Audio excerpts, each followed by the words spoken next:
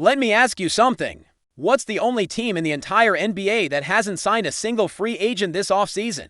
That's right, the Golden State Warriors. And no, it's not because they're happy with the roster or sitting tight on cap space. It's because of Jonathan Kuminga. This whole saga around his contract situation has frozen everything in San Francisco. While other franchises are filling holes and making moves, the Warriors are stuck in limbo.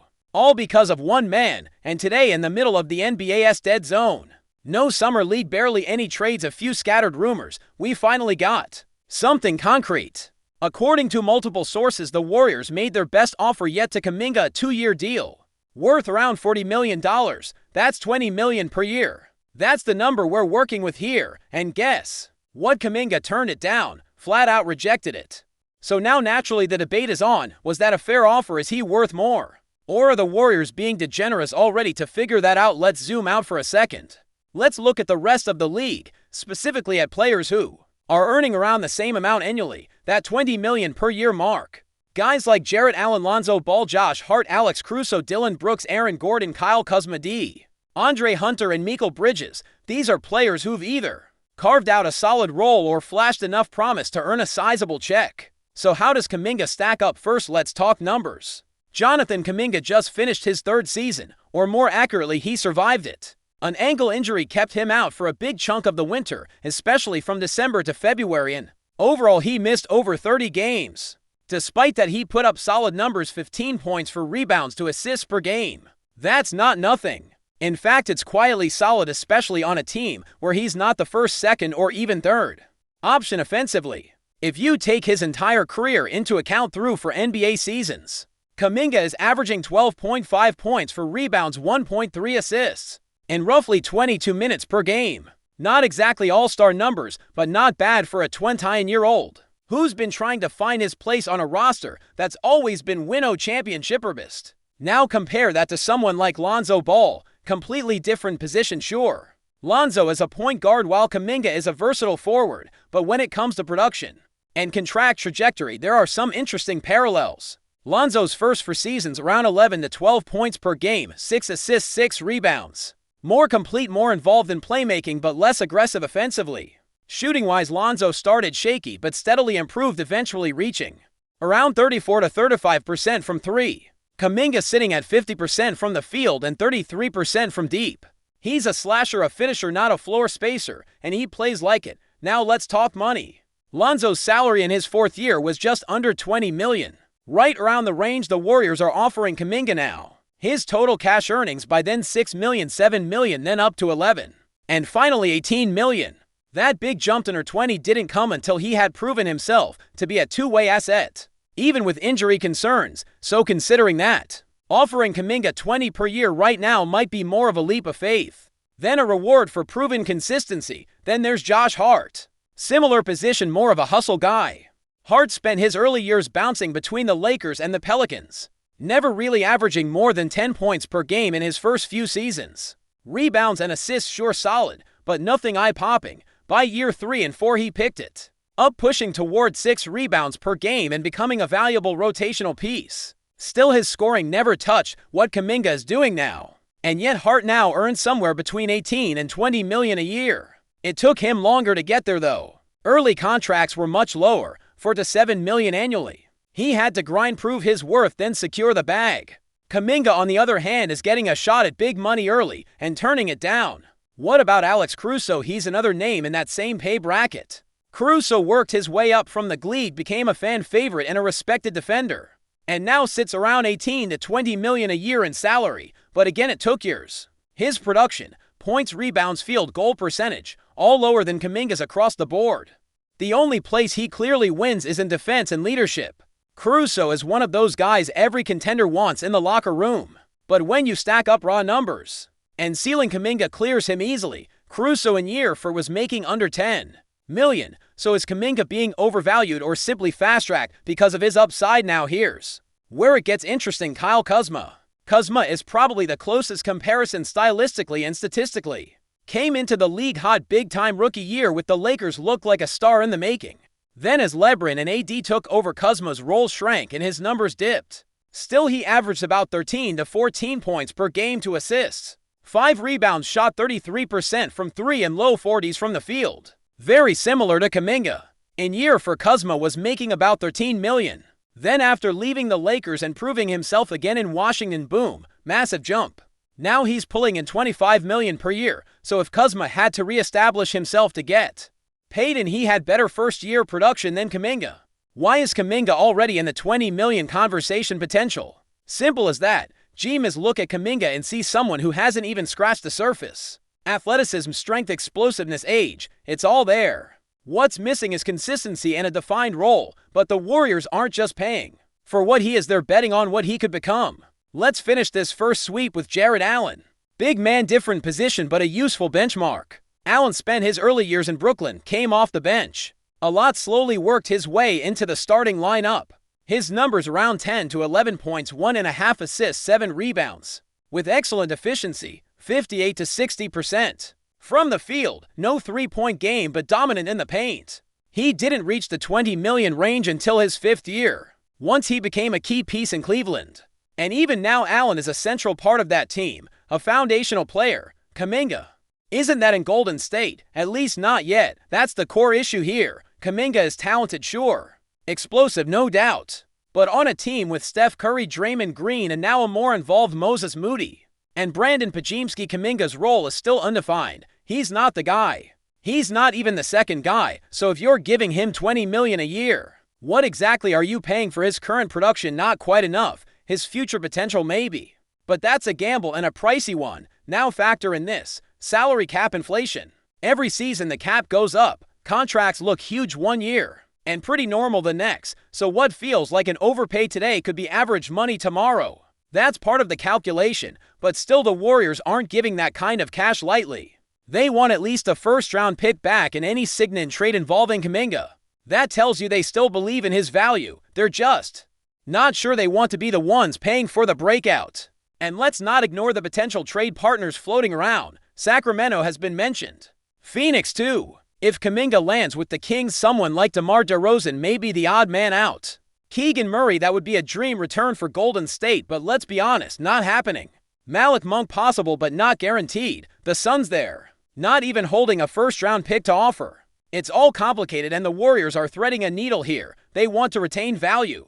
They want to compete, but they also don't want to overcommit to a player they're still not entirely sure about. So here we are, a standstill. Kuminga thinks he's worth more. The Warriors are offering what they believe is a fair deal, and arguably based on comparisons. It's generous, but sometimes negotiations aren't about numbers. They're about timing, fit, belief. Who blinks first? And right now nobody's blinking. And look, this whole thing with Kuminga, it's not just about the money. It's about leverage, about identity, about where this franchise is heading. We're talking about a team that was just in the NBA Finals a few seasons ago, won a title in 2022, but now finds itself in a weird limbo. The core is aging. Steph will be 37 next season. Draymond's already 34. Klay's gone. Jordan Poole got shipped out.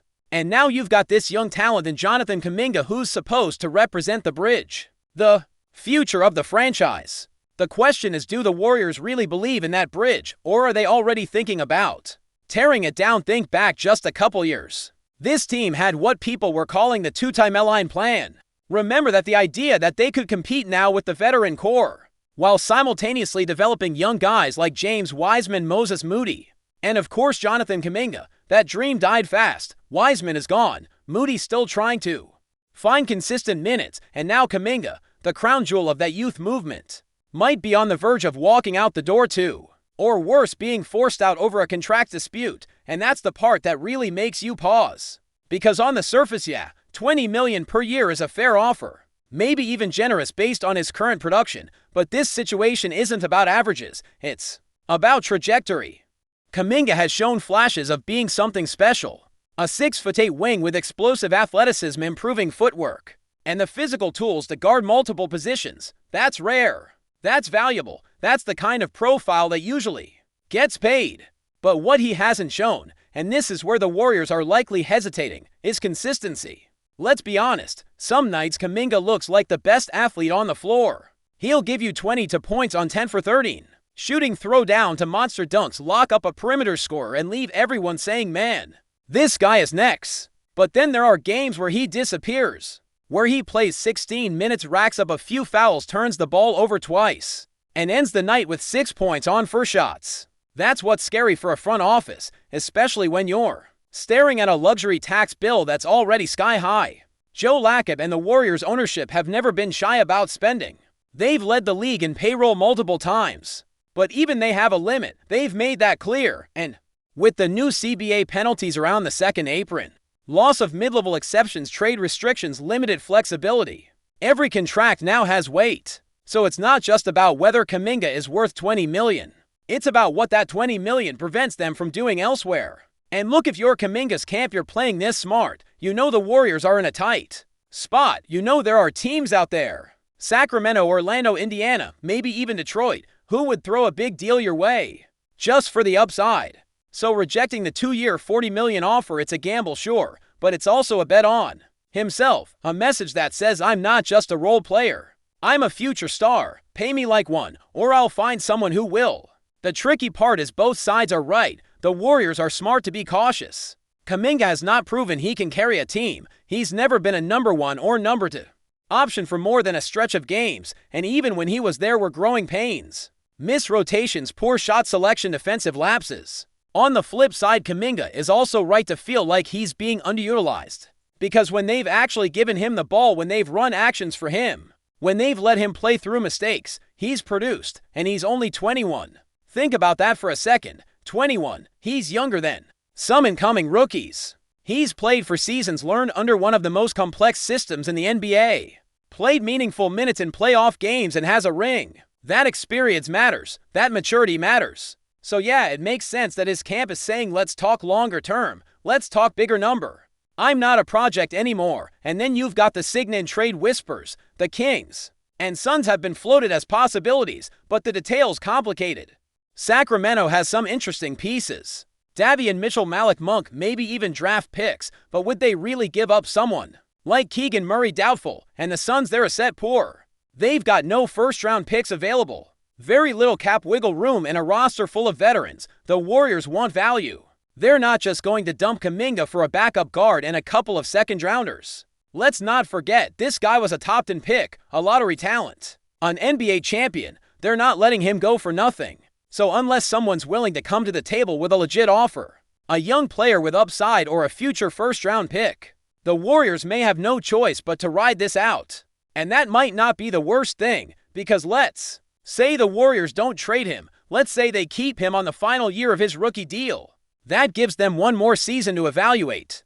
One more season to see what Kuminga really is with a larger role, especially now that Klay's gone and the wing rotation is wide open. You've got Moody, you've got Podziemski, maybe Wiggins if he stays healthy and engaged, but Kuminga could easily become the number 2 scorer on this team by January. And if he takes that leap, if he starts putting up 18 points per game with improved efficiency and defense, then suddenly that $20 million offer looks like a bargain. Or maybe he plays his way into 25, 30. That's the gamble the Warriors are trying to avoid, but also the upside they'd love to see.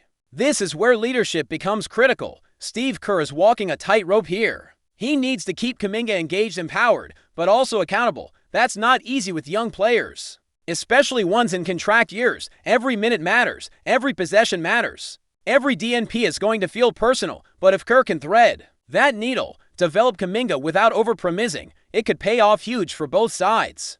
Now let's talk team dynamics, because this affects more than just Kuminga. Guys like Moses Moody, who also needs a new deal soon, are watching this closely. If Kuminga gets lowballed, what does that say about Golden State's commitment to its young players? If they trade him for pennies, how does that affect morale on the flip side? If they overpay, how do the vets react? How do Steph and Dre feel about tying up big money in someone who hasn't yet shown he can deliver every night? It's a balance. And right now the front office, Mike Dunleavy Jr. and company, are stuck trying to please everyone. Ownership wants to cut spending. The fan base wants to stay competitive. The locker room wants trust, and Kuminga wants a real shot and to be paid like he matters. So where does this all land? Honestly, it feels like a staring contest. Both sides are waiting. Kuminga's betting that someone, either now or next summer, will see the vision and pay him accordingly. The Warriors are hoping that this season gives them clarity. Either he breaks out and earns that next level deal, or he plateaus and They can walk away clean, but here's the wild card, the market. If another team comes knocking before training camp, with a strong sign-in trade offer, everything changes. If the Warriors get cold feet and decide they can't risk losing him for nothing next summer, boom, a deal could happen fast, or maybe Kuminga gets hot early in the season, the fanbase rallies around him, STEPH gives his public stamp of approval, and the front office caves, giving him the extension he's been chasing all along. Whatever happens, this is the kind of situation that could define the next era of Warriors basketball. Not just because of Kuminga himself, but because of what he represents. The last remaining piece of the youth movement, the last bridge between the old dynasty and the next chapter. If they mess this up, it could set the franchise back years. If they get it right, it could be the start of something new. Before we continue, make sure to leave a like and subscribe to the channel so you won't miss any exclusive Dubs updates. Let's keep going. Could a new star be rising in the Bay Area? Rumors are swirling around the Golden State Warriors practice facility as early reports suggest that the newly signed Filipino giant Kai Sotto, affectionately nicknamed the Tower of Manila, is already turning heads in his first few workouts with the team. And not just anyone's, but Stephen Curry's. Though the signing wasn't met with the fanfare that usually surrounds a major roster addition, those close to the Warriors camp hint that Sotto's presence is being felt, literally and figuratively. Standing at 7'3", the 22-year-old big man brings a unique combination of size, agility, and raw potential that has reportedly caught the eye of the Warriors core, especially Curry, who is said to be intrigued by Sotto's touch, timing, and basketball IQ. There's no official confirmation on what role Sotto might play in the rotation yet, but with Golden State looking to refresh and evolve their roster around their aging core, whispers are growing louder that Sotto might not just be a developmental project. One insider described him as surprisingly polished, while another noted that his passing out of the post and floor vision are way ahead of where you'd expect a rookie big to be. Of course, these are just whispers for now. Training camp is still young and many players have dazzled in closed practices before fading under the bright lights of the regular season. Still, when a name like Curry is reportedly impressed, it tends to carry weight. Could Sotto be carving out a legitimate path to become the Warriors' next executor? For now, Warriors fans and a growing number of Sotto supporters back in the Philippines can only wait and see. But if the early buzz is to be believed, the Manila Tower might soon become a name every NBA fan knows. Stay updated exclusively with the latest Dub Nation news. Subscribe to our channel and hit the like button to keep getting daily updates on the Warriors. Don't forget to share your thoughts in the comments. Your input is essential for the Dubs community. Stay tuned for the next video.